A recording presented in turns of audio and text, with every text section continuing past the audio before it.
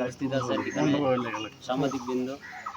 আজকে আমাদের উরাওপাড়া আদিবাসী দুর্গা মন্দির, কালী মন্দির সমস্যায় জর্জরিত, তার প্রেক্ষিতে কথা বলতে চাই।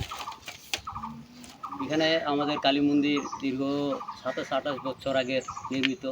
আমরা সকল আদিবাসী মিলে, হিন্দু মুসলমানও আমাদের সহযোগিতা করতেন। আমরা সকলে মিলে পূজাটা করে আসছি দীর্ঘদিন থেকে।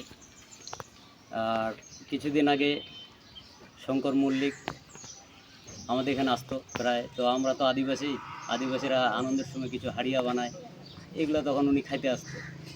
তো এর প্রেক্ষিতে থাকতে উনি তো একটা সনাতন ধর্মীয় অবলম্বী। আমাদের যে গার্জিয়ান ছিল এরা তো এক্সপার্ট ছিল না, বা তাদের নিজের মতো ভালো জ্ঞান ছিল না। তো তাকে পুরোহিত হিসেবে রাখার পর থাকতে উনি এই গত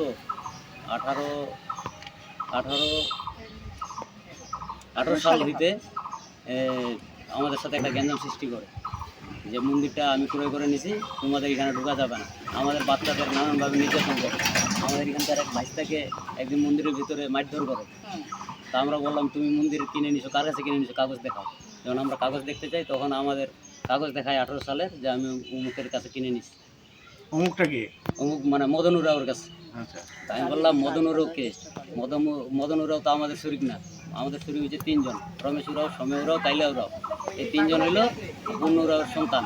এটা হলো তাদের জমি। তুমি কিনে নিলে আরেকজনের কাছে, তুমি ওর জমিতে যাবা, আমাদের কাছে কেন আসছে ঝগড়া করতে?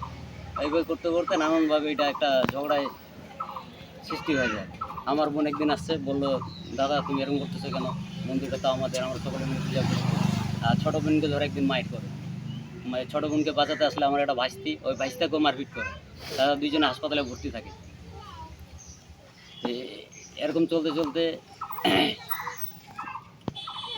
চলার অবস্থা। আবারও ওদের সাথে বসার চেষ্টা করি নানানভাবে, গার্জিয়ানের ভাবে, এই যে দলীয় নেতাদের সহকারে। তো আমরা আবার বললাম ওনাদেরকে, জমিটা তো আমাদের সাথে এনে খারাপ ব্যবহার করতেছে।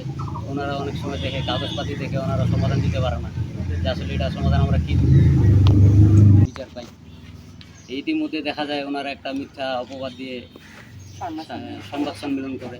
এটাতে আমাদের আরও মানে আমার বোনটা যেহেতু একটা এনজিও প্রতিষ্ঠান পরিচালনা করে, তার জন্য অনেক ক্ষতি। আমাদের আদিবাসী জাতির একটা দুর্নাম প্রচারণা হয়। এর প্রেক্ষিতে আজকে আমরা আপনাদের সকলকে ইনভাইট করে আমরা জানাইতে চাই আমাদের সমস্যার কথা। আপনারা আমাদের সমস্যার কথা তুলে ধরবেন, আমাদের পাশে থাকবেন, এটাই আমরা আপনাদের কাছে প্রত্যাশিত রাখি।